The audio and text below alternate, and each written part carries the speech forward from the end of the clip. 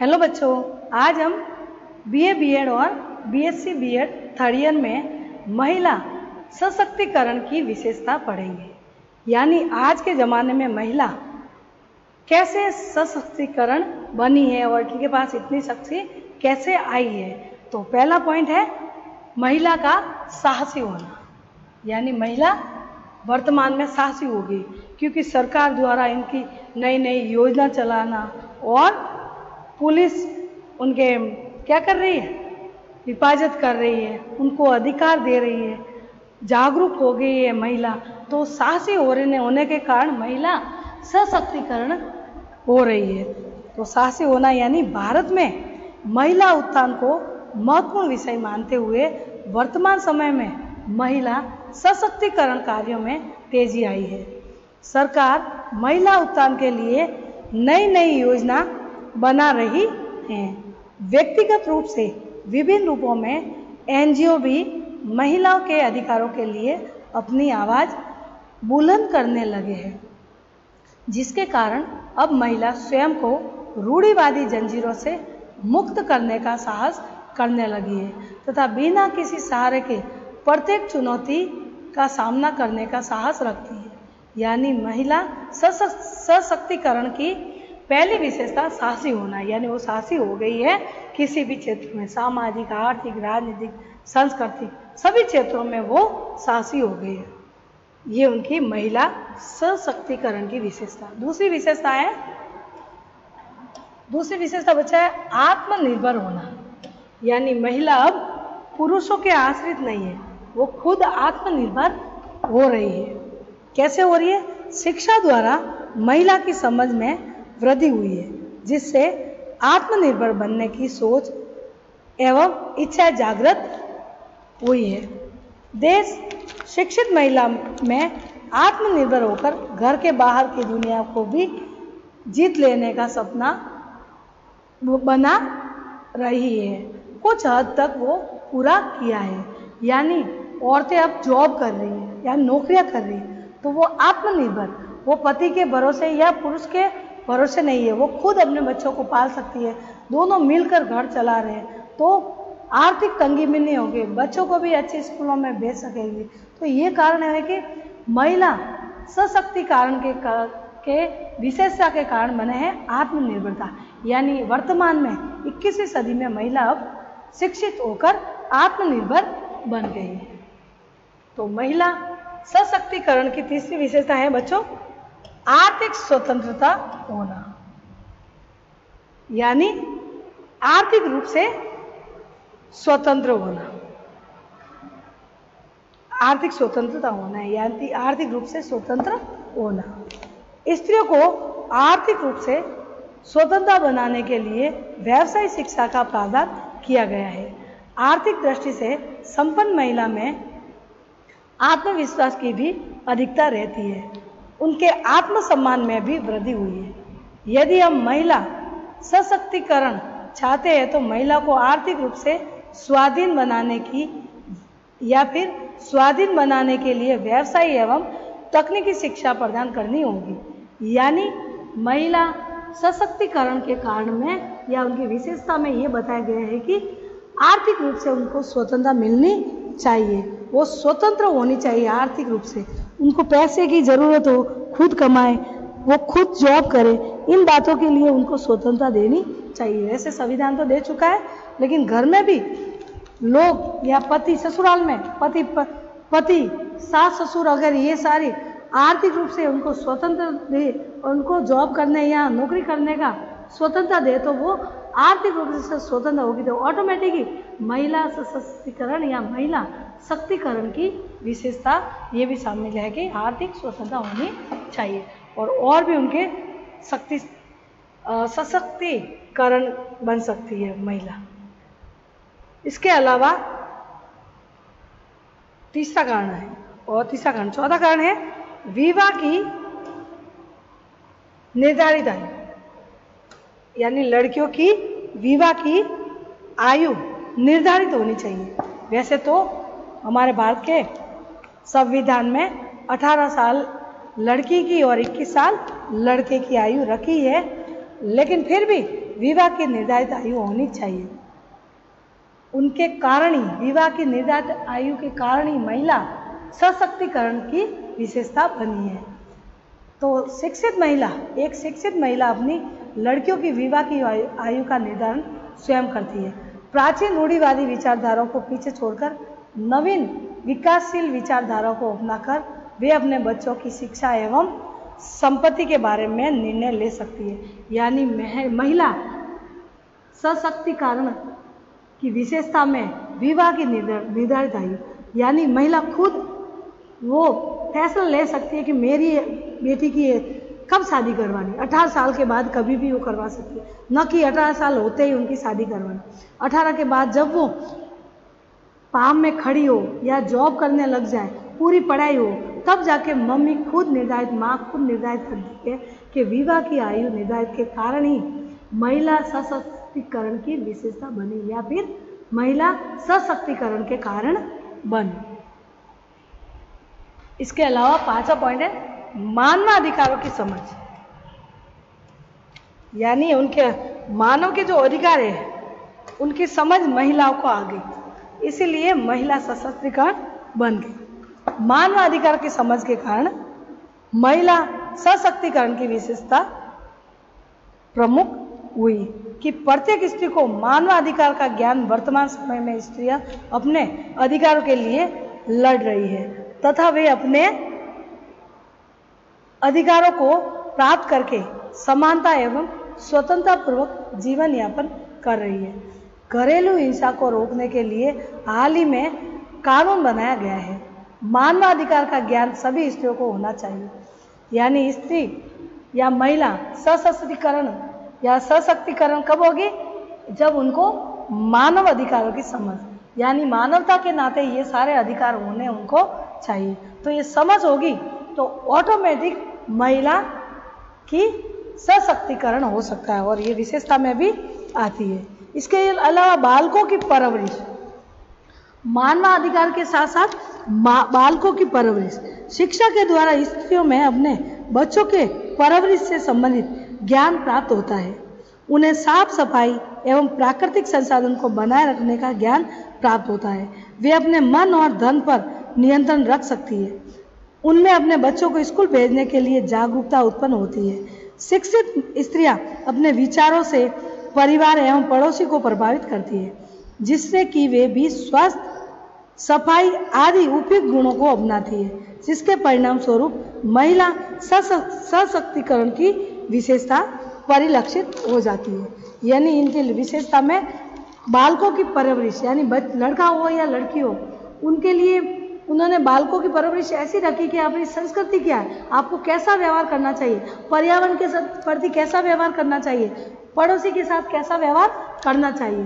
तो ये सब व्यवहार बालकों की परवरिश के शिक्षा के ऊपर जाती है और वो शिक्षा महिला ही दे सकती है, इसीलिए महिला सशक्तिकरण की विशेषता बन जाती है। आगे है बच्चों, 6वां पॉइंट है सहयोग एवं उत्तरदायित्व का विकास। इसके कारण भी महिला सशक्तिकरण की विशेषता बन गई है। महिला सशक्तिकरण की विशेषता है कि आज स्त्रियां परिवार, समाज, राष्ट्र आदि से संबंधित सभी प्रकार के कार्यों में सहयोग एवं उत्तरदायित्व का निर्वहन कर रही है। आज की नारी राजनीतिक, कारोबार, कला तथा नौकरियों में पहुंचकर नए आयाम गढ़ रही है। यानी सहयोग और उत्तरदायित्व का विकास हो रहा है महिला में, क्योंकि वो सहयोग कर रही है, पुरुषों के साथ साथ चल रही है। वो किसी राजनीति में हो, चाहे किसी कारोबार में हो, नौकरियों में हो, या सामाजिक, आर्थिक, राजनीतिक, सांस्कृतिक सभी क्षेत्रों में वो आगे बढ़ रही है और वो अपना उत्तरदायित्व निभा रही है। वो सहयोग कर रही है पुरुषों का। पति पत्नी दोनों कदम से कदम मिलाकर बच्चों की अच्छी शिक्षा प्राप्त करवा रहे हैं, उनको अच्छी शिक्षा दिलवा रहे हैं। तो ये सहयोग और उत्तरदायित्व का विकास के कारण महिला सशक्तिकरण का विशेषता में आगे बढ़े हैं। 7वां पॉइंट है बच्चों शैक्षिक सक्रियता। शैक्षिक सक्रियता, शिक्षा के क्षेत्र में भी स्त्रियों की भागीदारी बहुत सक्रिय रूप में है। स्त्रियां ही माता के रूप में बच्चे की प्रथम अध्यापिका बनती है। शिक्षा में महिलाओं की सक्रियता एवं सहयोग का समस्त क्षेत्रों में पर्याप्त समर्थन मिलता है। इसलिए महिला सशक्तिकरण या सशक्तिकरण को समाज का आधार बना रहा है। यानी शैक्षणिक स्तर पर महिला अब अपने जो भी बच्चा है, उनका बच्चा होता है, तो पहली शिक्षा माँ देती है। तो एक शिक्षित माँ होने के नाते बच्चे को अपनी आने वाली पीढ़ी, बच्चा हो या बच्ची हो, लड़का हो चाहे लड़की हो, वो शैक्षणिक सक्रियता उनको अच्छी पढ़ाई लिखाई करवाएगी और खुद पहली प्रथम पाठशाला नेहरू जी ने कहा था कि माँ होती है, तो माँ प्रथम अध्यापिका होती है, तो वो अच्छे संस्कार देगी, अच्छा ज्ञान देगी, अच्छा व्यवहार और शिक्षा सक्रियता भूमिका और शिक्षा भी देगी, तो वो बच्चा आगे चलकर वो भविष्य निर्माण कर सकता है, देश के विकास में सहयोग कर सकता है। इसी कारण शैक्षणिक सक्रियता के कारण महिला सशक्तिकरण की विशेषता में आगे बढ़ रही है। इसके अलावा सामाजिक कार्यक्रम में भाग लेना तथा सामाजिक कार्यों में भाग लेना, सामाजिक कार्यों में कार्यक्रमों में भाग लेना या सामाजिक कार्यों में भाग लेना, ये भी महिला के सशक्तिकरण के पहचान है। वर्तमान समय में महिलाएं सामाजिक कार्यक्रम में भी सक्रिय रूप से भाग ले रही है, जिसमें परिवार, समाज, समुदाय एवं राष्ट्र आदि विकास हो रहा है। वहाँ महिला सशक्तिकरण को बढ़ावा मिल रहा है। यानी सामाजिक कार्य में वो समाज में सम्मानित हो रही है, समाज में कार्य कर रही है, समाज में स्त्रियों का अलग घरेलू क्या कहते हैं उद्योग चला रही है। ऐसे कर कर उनको समाज में सम्मानित मिल रहा है। तो सामाजिक कार्य में भाग लेने के कारण उनकी शक्ति बढ़ रही है। इसीलिए महिला यानी कि वो सामाजिक कार्यों में भाग लेने के कारण महिला सशक्तिकरण की विशेषता में आगे बढ़ रही है। 9वां पॉइंट है बच्चों, मानव मूल्यों के अनुसार व्यवहार करना। ये भी एक सशक्तिकरण की विशेषता में बताया जा सकता है कि आज की महिला का काम केवल घर गृहस्थ संभालने तक ही सीमित नहीं है, वे अपनी उपस्थिति हर क्षेत्र में दर्ज कराकर अपने जीवन मूल्यों का विकास कर रही है। व्यवसायिक कार्य हो या पारिवारिक, महिला ने साबित कर दिया है कि वे प्रत्येक क्षेत्र में काम कर सकती है। यानी मानव मूल्य के अनुसार व्यवहार करना। अब वर्तमान में, पहले तो महिला घर से बाहर भी नहीं निकलती थी, लेकिन अब वर्तमान में मानव मूल्य के अनुसार व्यवहार कर रही है। यानी जो लोग कर रहे हैं, पुरुष कर रहे कार्य, उस कार्य को सभी महिला भी करने लग गई है। तो उनके अनुसार व्यवहार भी कर रही है, नौकरी कर रही है, वो पुलिस में है, कोई कलेक्टर है, हर क्षेत्र में महिला आगे बढ़ रही है। इसलिए पुरुष के यानी मानव मूल्यों के अनुसार व्यवहार करने के कारण महिला सशक्तिकरण बन गई और उनकी विशेषता बढ़ रही है। 10वां लास्ट पॉइंट है पर्यावरण के अनुसार कार्य करना। ये भी एक महिला सशक्तिकरण की विशेषता मानी गई है।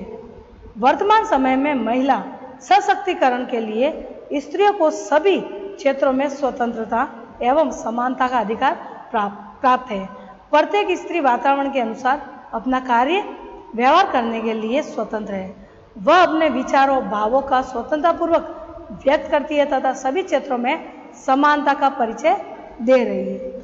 यानी कहने का मतलब कि स्वतंत्रता समानता दो चीजें उनको मिल गई है महिला को, तो उनके सशक्तिकरण में बदलाव आया है। प्रत्येक स्त्रियां वातावरण के अनुरूप कार्य कर रही है, उनके व्यवहार को स्वतंत्र बना रही है, अपने विचारों को भावों को स्वतंत्रतापूर्वक और हर क्षेत्रों में समानता का परिचय दे रही है।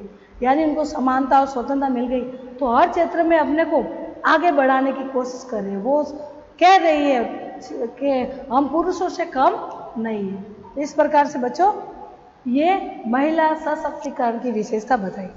अब आप महिला सशक्तिकरण को सुदृढ़ बनाने के लिए कौन कौन से सुझाव देंगे, तो सुझाव थोड़े होने चाहिए। ये सशक्तिकरण के सुझाव भी देना पड़ेगा, कुछ सुझाव। तो महिला सशक्तिकरण के सुझाव। महिला सशक्ति का तात्पर्य महिला की उस क्षमता से है जिसमें वे अपने जीवन के जुड़े प्रत्येक फैसले स्वयं ले सकती है। तथा परिवार एवं समाज में अच्छी तरह से रह सकती है। दूसरे शब्दों में, समाज में अनेक वास्तविक अधिकार को प्राप्त करने के लिए सक्षम महिला सशक्तिकरण है। अतः महिला सशक्तिकरण को सुदृढ़ बनाने के लिए कुछ सुझाव दिए जा सकते हैं। यानी पहला सुझाव है, महिला सशक्तिकरण के लिए लड़कियों की शिक्षा का विशेष ध्यान देना चाहिए, क्योंकि ये एक शिक्षित लड़की एक शिक्षित राष्ट्र का निर्माण करती है। तो सुझाव में यही कहेंगे कि लड़कियों को पढ़ाना चाहिए, एक शिक्षा की भूमिका अच्छी होगी महिला के लिए, तो आगे आने वाले शिक्षित राष्ट्र का निर्माण होगा, यानी कोई अनपढ़ नहीं होगा, देश विकसित की ओर बढ़ेगा। दूसरा उपाय है, सुझाव है, स्त्रियों की शिक्षा के प्रत्येक राज्य में महिला विश्वविद्यालय की स्थापना की जानी चाहिए, जिससे उसके उच्च शिक्षा के मार्ग में बाधा उत्पन्न न हो और वो अपना विश्वविद्यालय द्वारा उच्च शिक्षा प्राप्त करें। यानी स्त्रियों की शिक्षा के लिए हर राज्य में विश्वविद्यालय होना चाहिए महिला के लिए, तो ताकि वो उच्च शिक्षा प्राप्त करे और उच्च शिक्षा प्राप्त करने पर वो एक महिला सशक्तिकरण बन सकती है।